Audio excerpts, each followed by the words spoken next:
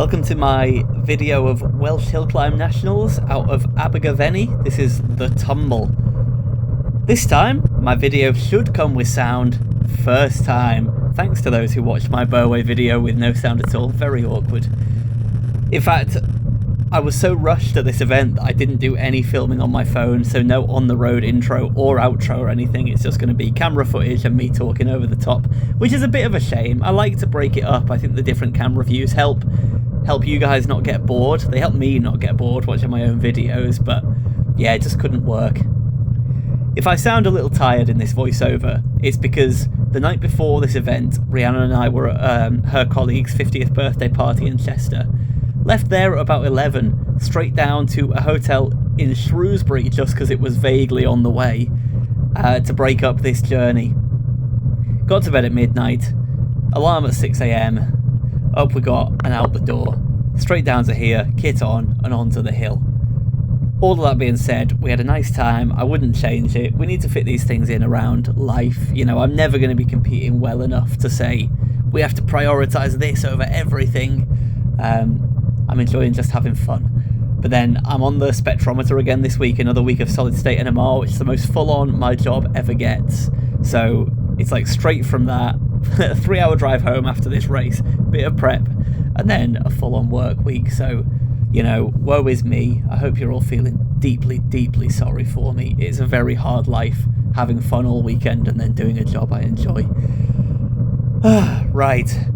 Now that that's out the way, this is the climb. Excellent climb. It's nice and long, 4 kilometres, 8.5%. Look how steep this first bit is. So, although this is a long climb, and I normally say, oh, they don't suit me at all, I normally have an excuse. Actually, the first steep bit is so long that it suits me pretty well. People at the bottom, absolutely lovely. I always enjoy having a little chat with the people who are timing, who are setting us off, but these were especially lovely. And here we go. It's strange for this event that they don't start from the very bottom, I guess because it's residential, but you start on the first hairpin of the tumble. Straight into a steep section. People are still warming up, so I was a little bit worried, but no real stress about getting around them. Basically, I waited to see how everyone did, and if they beat me, I then reported them to the organisers for warming up on the climb and demanded they got disqualified. But if they didn't beat me, fair enough, they're just warming up, aren't they? It was a particularly windy day. Storm Amy had been ravaging the north of the UK, and my hill climb on the Saturday preceding this had been cancelled because of the storm. The rumour was that we were going to have a headwind for the top section of this. When I did my recce, I have to confess I found that not to be true. I think the wind was pretty favourable for all of this. It was very loosely a tailwind, I think. For most of it was a bit cross. By the end, I think it was a tail. All that being said, I decided I could get out of the saddle here, even though this may have been the closest bit to a headwind. Because it's pretty much the steepest section. And when I know a climb's going to be like 14, 15 minutes, for me to do a decent effort on it, I really do need a decent time out of the saddle. I know people say, oh, just sit and spin, but that isn't what works for me. It doesn't work for me in the slightest. This guy beat me, so I reported him. Hope he gets disqualified. Hope I get bumped up a place. No, I'm only joking. Basically from here to the top it's pretty much straight road. I know that it's well curved, but there's no more turns or anything. And in my recon I found it really hard to get a landmark. You know, I like to break it up. You go this hard to here and then this feature will happen and then you sit down or whatever. That's how I like to tackle a climb. And as I was going up I was just like, right, I'm in the trees for 10 minutes and then... Yeah, it made it quite challenging. It was mentally daunting after turning that corner, thinking, well, I just keep going. About halfway up distance-wise, but well more than half time or gradient-wise, there's a cattle grid. But otherwise, yeah, I wasn't sure how to pace. So I just settled in. I'm seated now. I did start to wonder if I was doing too much, as I'm ticking on around 360, 370 watts. Then I saw my Minuteman, I think. I saw a rider up ahead anyway, so I thought, well, I'll make sure that yeah, this is my Minuteman, do a decent little effort, you know. I don't want to go too much faster. Absolutely sucked a wheel there, even though there was no benefit in it whatsoever. Went past and pulled in. I haven't got my rear view cam on while I'm filming this, so maybe it'll look interesting in the rear, who knows. And after that, I settled down just a little bit more. But I did have it in my head that I really want to positive split this. Not necessarily because that's the best tactic you can possibly do, but because I'm very poor at getting power out over varied pitch and shallowed terrain, which is really what the top was going to be. So on this incredibly steady part, I thought, well, just, you know, do over FTP, essentially. I thought just go over threshold all the time and see what happens. Which is all well and good, but I've got no idea what my threshold is, so it's really just perception alone. I guess it's probably 320, 330. For an effort like this, I'd be confident saying I can do 340 watts, and then more than that, I don't really know. Actually, we got very lucky with the weather, because it was forecast that it potentially could rain, and the day before it had looked like the world was going to end. So to have sunshine, to have pretty much a dry road, I got a little bit rained on in my recon and my warm-up, but really can't complain, especially now it's October in Abergavenny, the Brecon Beacons. You can't ask for much more than sunny and dry, can you?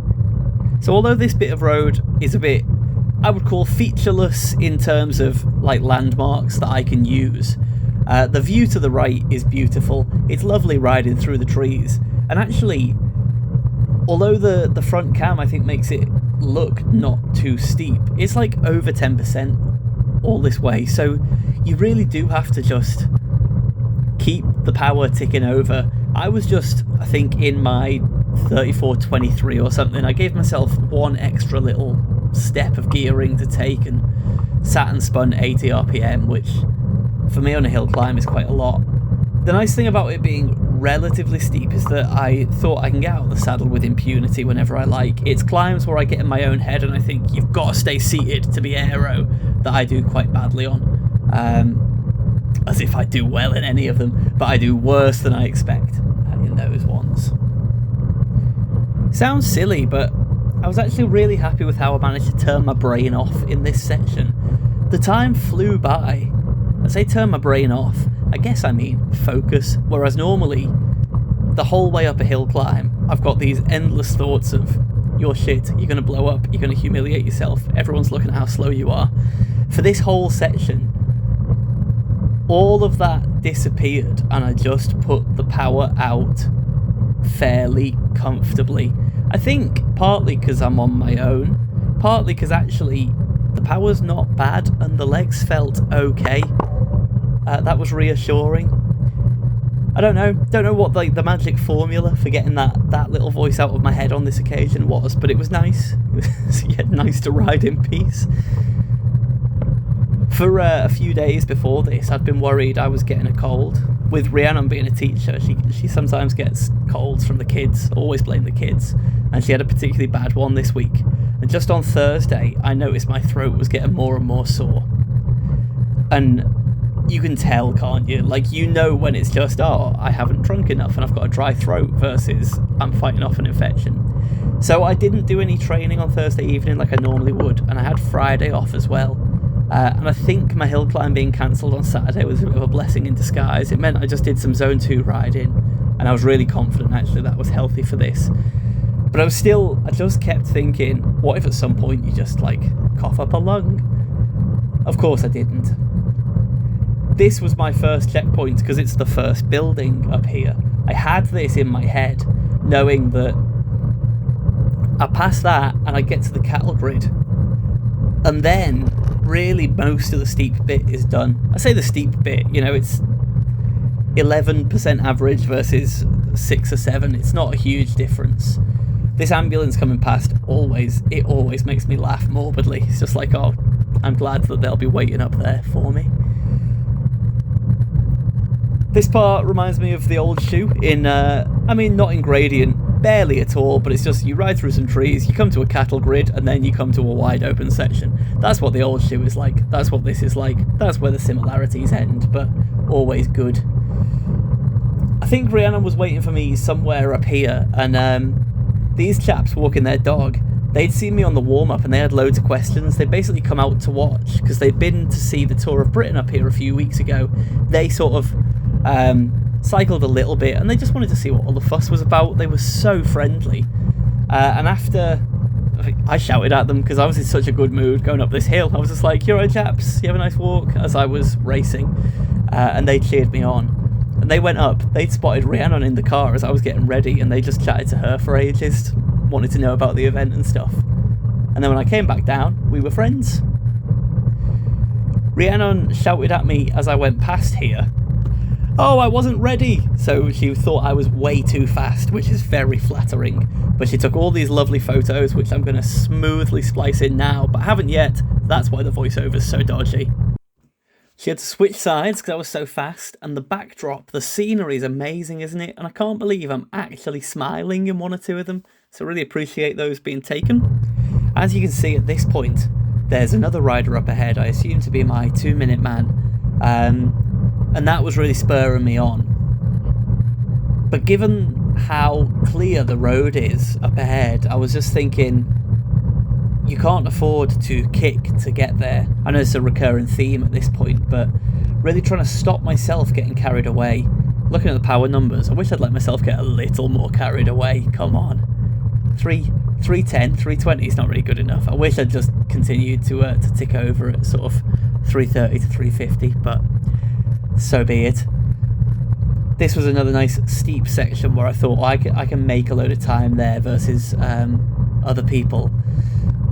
My power meter just read 200 for a little bit. I think I had another power drop out there. You'll see it on the analysis at the end. It is happening every now and then. It doesn't really matter. It's not contributing much at all to my averages. It's just a little frustrating when I come back and watch these.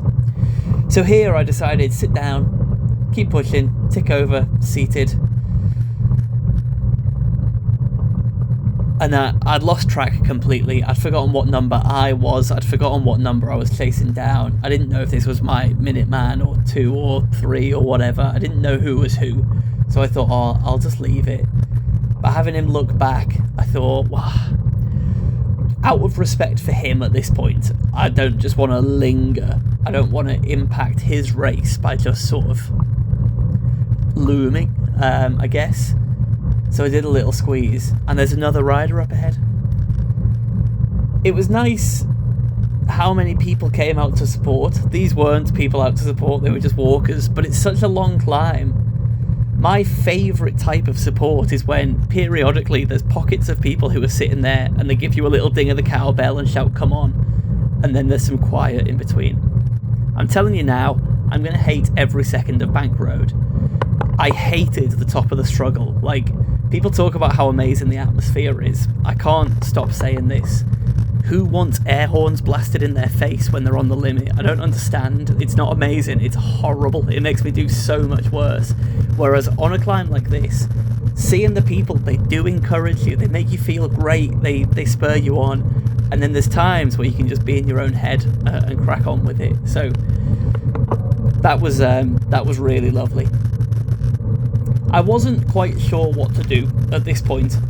This season, I haven't got back into the habit of being able to push hard on the slightly flatter sections. So I wanted to make sure I didn't hemorrhage time. I didn't really lose pace. I made sure that I pushed on over 300 watts, I guess. But really, you know, this is a hill climb. This is a competitive event where I should just be banging out power even though it's flat, and I'm not. I'm going, well, 300 will do for a little bit. This, again, another steep pitch. I was thinking, I don't think the end is that far away now. Less than 5 minutes. So if I want to do 400 watts out the saddle, I'm going to start letting myself on the steep bits, knowing that I'll get there eventually. And as you can see, I didn't want to do 400 watts out the saddle. I didn't have that, actually. But that was my decision. So I've just caught number 20 there. That was my 2-minute man. I guess the person before was my 3-minute man, and the guy in between was not racing, just a cyclist on the hill. So all of that got very confusing. I did think if I were number 20 in this section, I'd have probably sat on my wheel. Shallow enough that would help, and I wouldn't have complained. I know it's not in the spirit or the rules, but I wouldn't have been bothered in the slightest. But he didn't, as far as I'm aware. You tell me, based on my rear view footage, I really didn't know at this point. For something that I keep saying is nonsense, I'm referring to this every week. My heart rate stays really low during this event. I'm really surprised I don't really get up even close to 180. I think there's a couple of things in that. One, I was well rested, but I'm not fresh, if you like. Two, I rode very much within myself, but I couldn't have given any more, I don't think. And three, I do wonder if the heat training bullshit I've been doing is helping that a little bit. I hope I never mention it again, but I just thought it gets a little bit more out of the Zone 2 rides I do some days. So yeah, I'm one of those horrendous cycling hipsters that does whatever GCN report on. Try and do it before they report on it, but I do wonder if that's helped. And then up here, I pushed on a little bit, turned this corner, and I suddenly thought, oh shit, it's the end. Now, that's not a good thing to feel in a hill climb, because if you think, oh shit, it's the end, it means you haven't spent the last however long going, oh my god, I need the end to be now, I am dying. And if you're not feeling that way, you probably haven't gone hard enough. And if anything, I would say I probably didn't go hard enough here. It's a shame to admit that. I would have liked to have gone harder. This group of cyclists on the left, absolutely lovely. They're the sort of people that just keep me going. So around here, Keeper's Pond, there were people like cold water swimming there. And I just kicked. And I kicked to the point that I looked down at my Garmin, I saw 500 watts, and I thought, where have you pulled that out of, you slacker? How do you have 500 watts at the end of a 14-minute effort? And this is the finish line. Unfortunately, the timekeeper came down and was absolutely horrible to people in the clubhouse, screaming about how none of us shouted our numbers and we should be ashamed of ourselves. But nowhere did it say we need to shout our numbers, and they were sat in a van with the windows up. That was a real downer on an otherwise lovely event. I hate being told off by people, especially when I haven't done anything wrong, so yeah, thanks for being horrible, timekeeper. And if I leave enough of the audio in, you will hear that I'm truly, truly knackered. I am breathing heavy, it's ragged, it's horrible. So I've just come round and I'll slowly go back down. Probably got told off for doing a U-turn there as well, but I wasn't really listening. That effort was enough for a 9th place, and I'm really proud of that. It may have been 10th, I don't care. I did 345 watts, and I'm buzzing. Thank you for watching, guys. Doing well, doing really well.